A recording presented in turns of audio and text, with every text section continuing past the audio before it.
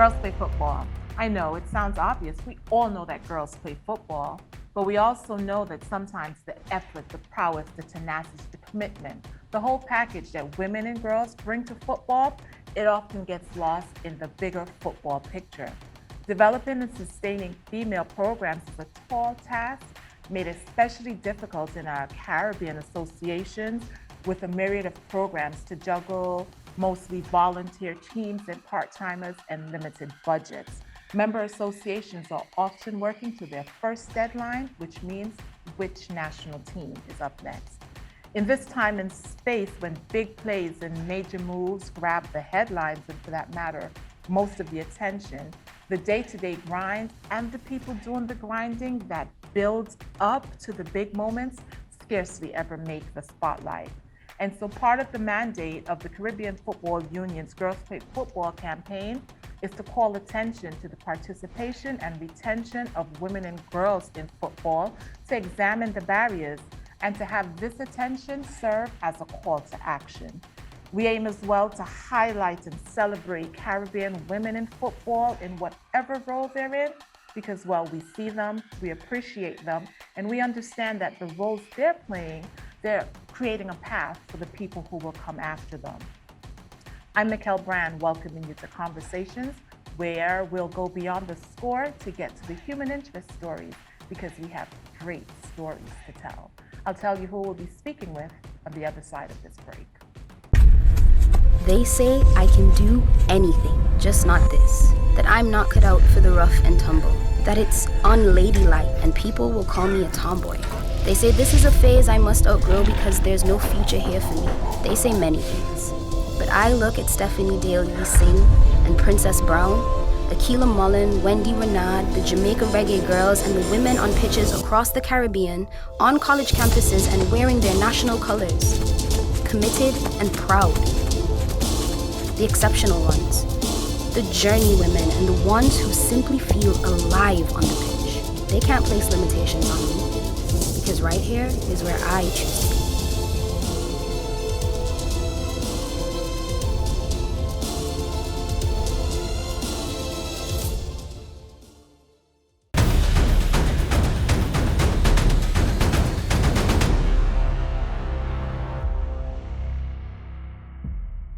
We're touching down in Antigua and Barbuda, St. John's to be exact, via Zoom, where we're speaking with Kelesha Antoine. Kelesha is an all-round sportswoman. She's a Concacaf C licensed coach, and she's a Concacaf and FIFA referee fitness instructor who's doing her duty in her own words with pride, passion, and excellence. Welcome, Kelesha. Honored to have you as a guest. How are you? Hello, Mikkel. Good morning. I'm good, thanks. Well, Kelesha, I've been to many a career day and I've never seen a booth or even a table advocating for sports, much less one that says about being a referee fitness instructor. How did this world open up to you? Well, a few years ago, probably 2012, 2013 to be exact, I was invited to a 2 or 3 courses that was being held here in Antigua. I had just returned from university in 2008. And before I went off to university, I was a referee and very much involved in sport, football, basketball, whatever sport it is. So when I returned, I continued being a member of the referee association and I was coming around and so on. So when the opportunity came up to attend the course, because in the course they have technical and fitness, I was, invited to go as a fitness participant at the time. And it just happened that I did well there. And so that's where the journey started to becoming a referee fitness instructor. That's interesting, but let's take it back a bit. How does a track and field athlete who then thought basketball was her sport end up being a goalkeeper and a referee and now a fitness instructor? Tell me about that journey. Oh, so when I started the Christ King High School, I was always in love with sport, but when I started Christ King High School, I got deep into it, being a member of the track team, then the basketball team and the football team as well. I ended up becoming a goalkeeper because we did not have a goalkeeper at the time. And I felt like I was the most aggressive person around. So I figured that was, somebody who's fearless. That's what a goalkeeper is. So I decided, okay, I'll be the goalkeeper. But really and truly, as you said, my real love and passion, my sport is basketball. It just happened that I got more opportunities in football and I just took them. So let's talk about that. So let's talk about the combination of passion and practicality and how then you settled into this world of football, playing on the national under 19 team and eventually becoming a coach. And now, as we see you working as a fitness instructor, how do you manage that? Well, like I said, it's passion, and once you have passion, it doesn't matter. Your work is like hobby for you. So even when I was in college, I studied engineering. I did electrical engineering in college, but I knew, nah, this was not for me. It was a second option, but it wasn't for me. I always wanted to be involved in sport, whether it is therapy, coaching, that sort of stuff. So when I got the opportunity to go to the International School of Physical Education and Sport in Havana, Cuba, I just jumped in it.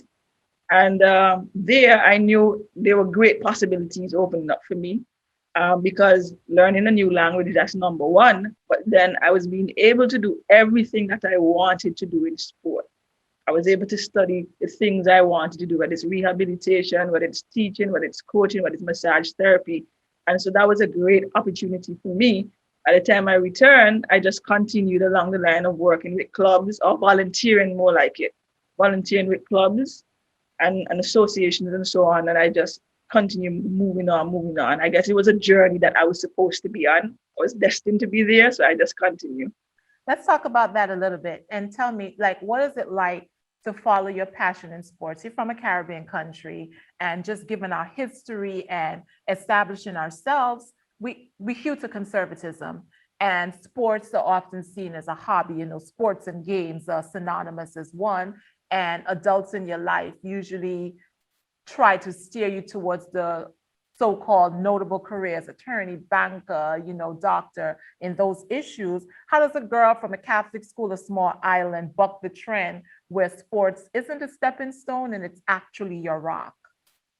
I don't want to say luckily, or maybe I will say it's a blessing that my mother she just supported me. I guess she just didn't care, because there were days when I was Saturday mornings, for example, I was getting up and I was going to basketball practice, and then I leave basketball practice and go to football practice, and then I go home and do stuff home, and then I would go to church for youth group meetings. And she was always, pushing us to do whatever we want to do, because she never had those opportunities. It just happened for me. I just always had a love for sport. I don't know, it was cricket, basketball, football. I was just always in it. And so I just decided, or I felt the need, and my passion also, just loving and caring for people. What was one way I can do all of it? Through massage therapy, through rehabilitation, through coaching. I love working with youth as well, young people as well. And I figured sport, I'm already deeply involved. I know how to play it. I think I knew how to coach it then. So I just continued along the pathway. With regards to refereeing, to be honest with you, when I left college, I started to referee because it was a way of getting a little bit of money. And I just continued along the line. I just stayed with it. That's interesting, because you spoke about having a love for sports, but then also having the support, which is so important. But so you went, and you said it was a plan B, but you went to the Antigua State College to study engineering. In that thinking, what did you think was going to come of that? What were you going to do from that? Well, I would have probably continued in the field of electrical. My stepdad is an electrician, so he always had us around him. So I probably would have continued. In fact, after graduating from Cuba and waiting to get a job here, I went right back into, the wiring of houses and so on with him. So it was just always a part of us. And like I said, it was second. That was my second choice. I had the opportunity to do it. So I just went and did it also. I did well there as well, but I just went back to what I really wanted to do. Multi-talented, we love it. So tell me about Cuba. You went to study. What did you study in Cuba, and how was that experience? Having to learn Spanish, to attend school in Spanish, the whole cultural experience and everything. And how was that in Cuba, and also coming back to Antigua? So I went to I'll say it in Spanish, Escuela Internacional de Educación Física y Deporte. So that's International School of Physical Education and Sport, where we studied physical education and sport. But within the program itself, now you had to study different subjects and do different areas that's related to sport. You had to specialize in a sport as well. In my case, it was not football because I felt like, okay, I'm already knowledgeable about football. Let me try and get involved in something else that can benefit football and other sports. So I did weightlifting and weight training. So I'm actually certified Olympic weightlifter coach. So that's what I actually studied as my specialty. But then you also have to specialize in teaching physical education. And with that as well, now you have to do a wide variety of sport because physical education, you're teaching it, obviously, you're probably the only person who has basic knowledge of all sports. So we had to do basketball, football, track, baseball. We had to do a combat sport. In my case, it was judo and other sports and so forth. And then there are other aspects of sport you had to go into, like sports administration, first aid, physiotherapy, rehabilitation, functional test, massage therapy, and so on. Now, doing all of this in a foreign language, of course, it was tough. Going down in April of 2003 and starting the course in September of 2003 with all the other science subjects, everything that you have to do in Spanish, it was tough. But once you know, get involved in the culture, start talking to people, the Cubans or other students who are at the school in the language, it just became a part of you. Great. And then you also, and that Spanish has served you well, but we're going to come back to that. You also earned a master's in the management of sports organizations. Let's talk a little bit about that. So after I returned in 2008, I began teaching at Princess Margaret School, and I had an opportunity to do a master's degree in management of sports organizations. It's an Olympic Solidarity Scholarship through the National Olympic Committee here. And so that took me to 4 different countries, actually, because I started the program in Switzerland, and every quarter I ended up going to Qatar, Malta, and finished in Switzerland. So that degree itself is from University Poitiers, France. Fantastic. And then you came back and you're also, in addition to everything that you've already outlined, you're also a lecturer at the Antigua State College in physical education. Right. So I am the lecturer of physical education and sport at the Antigua State College. So I basically manage the CAPE program, the preparation of our students for the world of sport as well, whether it's physiotherapy, massage therapy, sports admin, kinesiology. So basically that's what I do.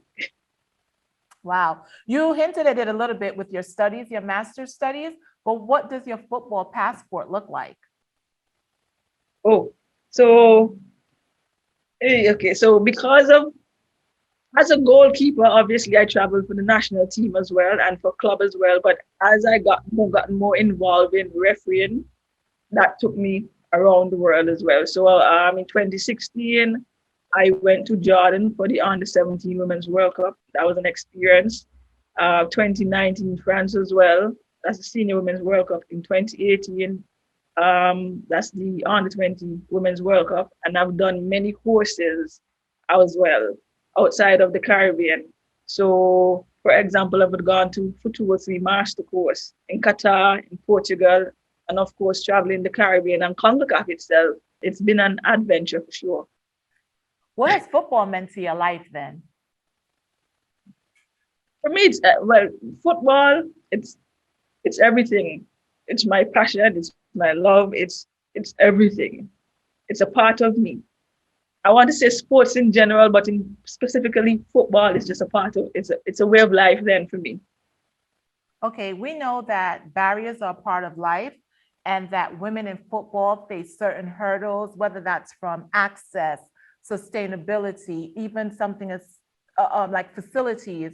And of course, we have the gender norms, the social mores, and a long list of things depending on where you are. Some of these things may be universal, and then some are relevant depending on which country you're in. What were some of the barriers you had to face as a woman in football, and where did you find support and the tenacity?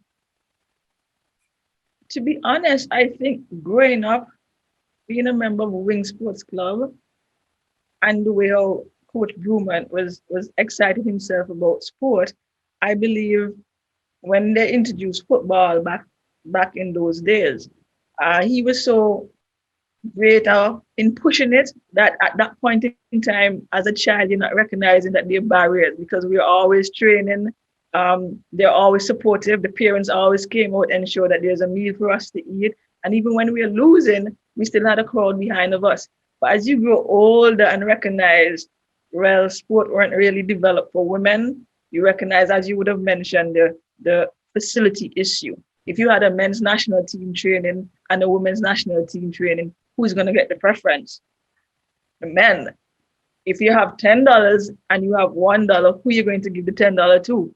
The men. So that's when you start to understand really what, the barriers women really have to face being involved in sport. And then in some cases, or in most cases in the Caribbean, there's the parent barrier as well, where they believe that girls should be at home. Or if my girl go out and play football, she's going to become masculine. Or in some instances, you would have heard lesbianism and all that sort of stuff. And you try to explain, no. When you're playing sport, yes, there's that physiological development, which is great. You look good. There's muscle, you're not big as a man, but you're great. But then there's also the social development as well, the ability to communicate, to talk, to socialize with others. That's important also. And that's when they block those opportunities, then obviously it's a great barrier for women and girls also. Did you specifically have any of those barriers, or was your support base so solid that you cut through those? I think my support base was solid.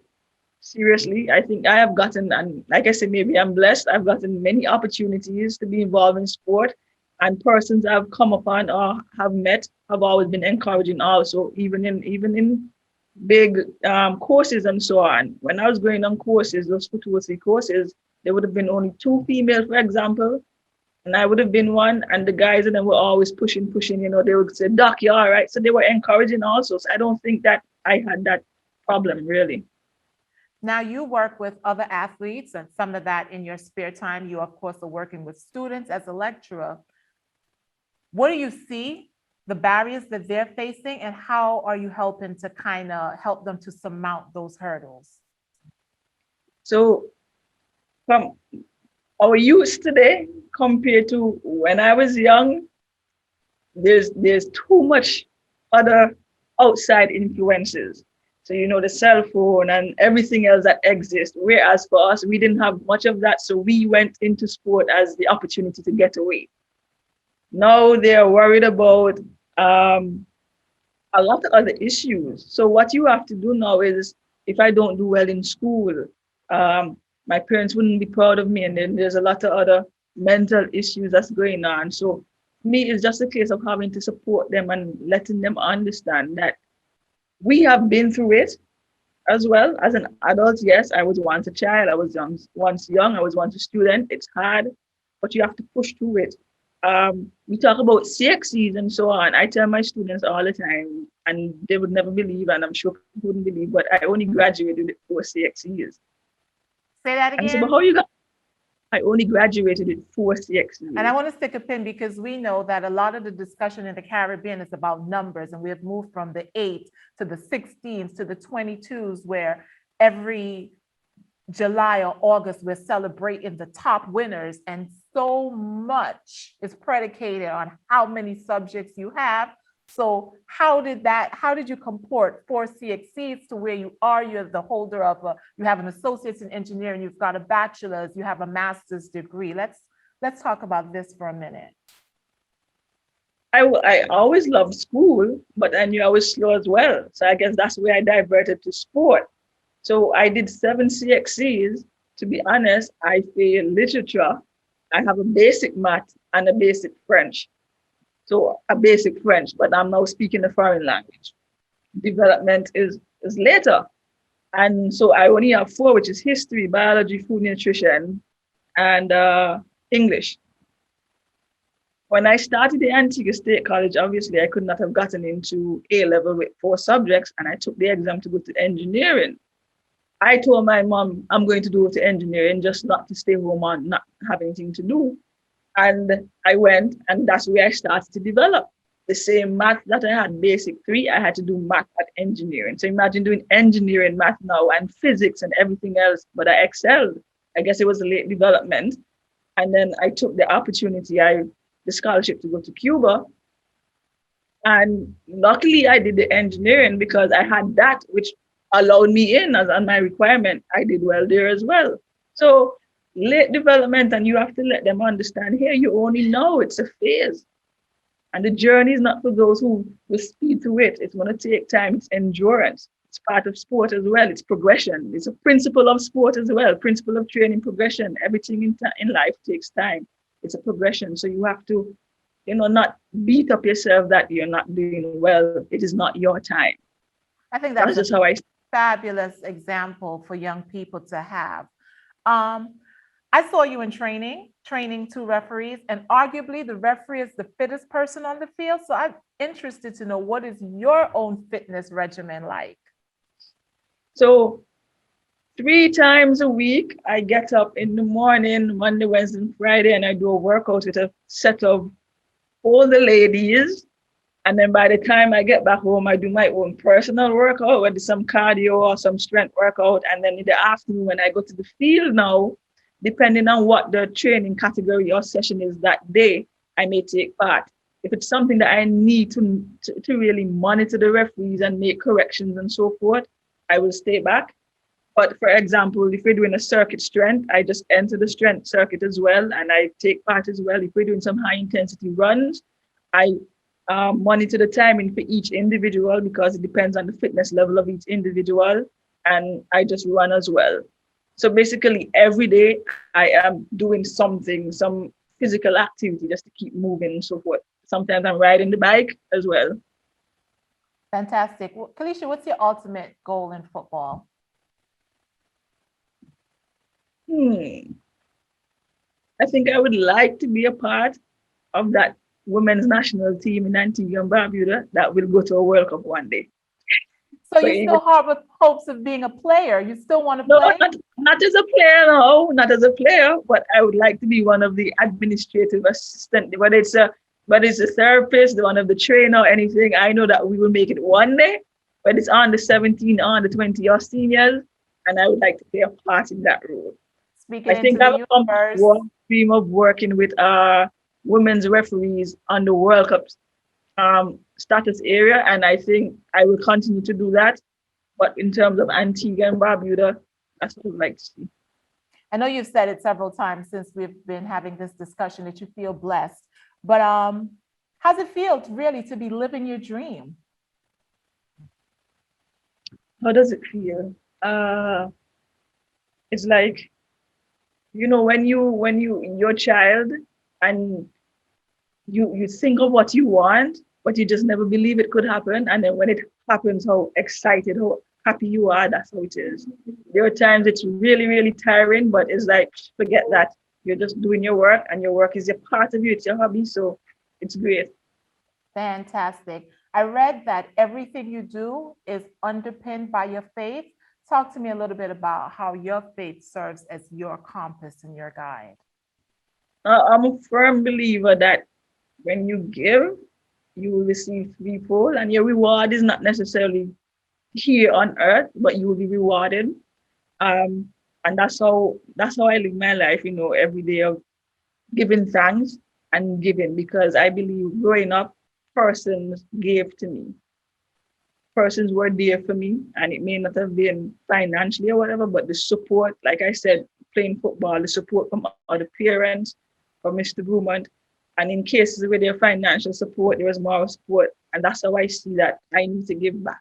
And I believe in a God, and I give back however I can give back, whatever possible. What would your advice to your younger self be? Stop being shy and nervous.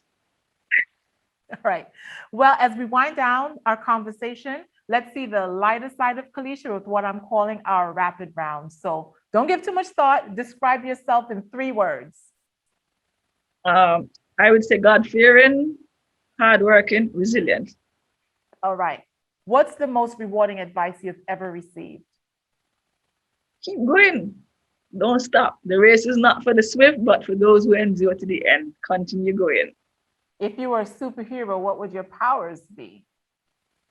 I think I would want to have a combination of being a lightning bolt and telepathy. So before somebody even has something negative to say, I already know I just zap them out. Football Genie wants to grant you 3 wishes. What are you asking for? I would say a big football complex. Probably some football academies as well, specifically for development of women. And 3,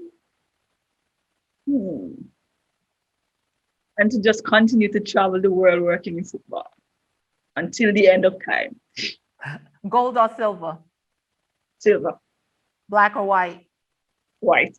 No, or black. Blue? Black. Blue. What is your personal mantra? Okay, so there's a verse in Isaiah that says, "Those who wait upon the Lord shall renew strength and shall rise and with like wings on eagles. And you run and shall not go weary, and you walk and shall not faint." Fantastic. Yeah. What's on your playlist? You know that song by Blacks, "I Feel Like Hulk." I feel like Hulk. Okay, that gets you through. So we're seeing what your superpower is right there. And is that your battle song? If you have to do something, is that what you're listening to send you and to get you in the right space? That's one song, but there's also, I don't know if you know this song from Marvel Providence. "If your hands are anointed, clap them." So yeah, that one is good too. What series are you watching now? Everybody's watching a series. Everybody's binge watching something or following. What are you watching? Station 19 and Chicago Fire. Gotcha.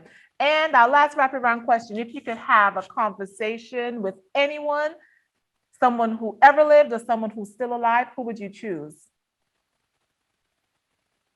So I think I would go Bob Marley. Bob Marley, because I really would want to know, would like to know where he got the inspiration to come up with songs and lyrics like, you know, what is still existing after he's gone. You know, "One Love," "No Woman to Cry." When you think of those songs that they're just all over the world, everywhere I've been around the world, and you're hearing those songs, I would like to know where his mind was. Gotcha.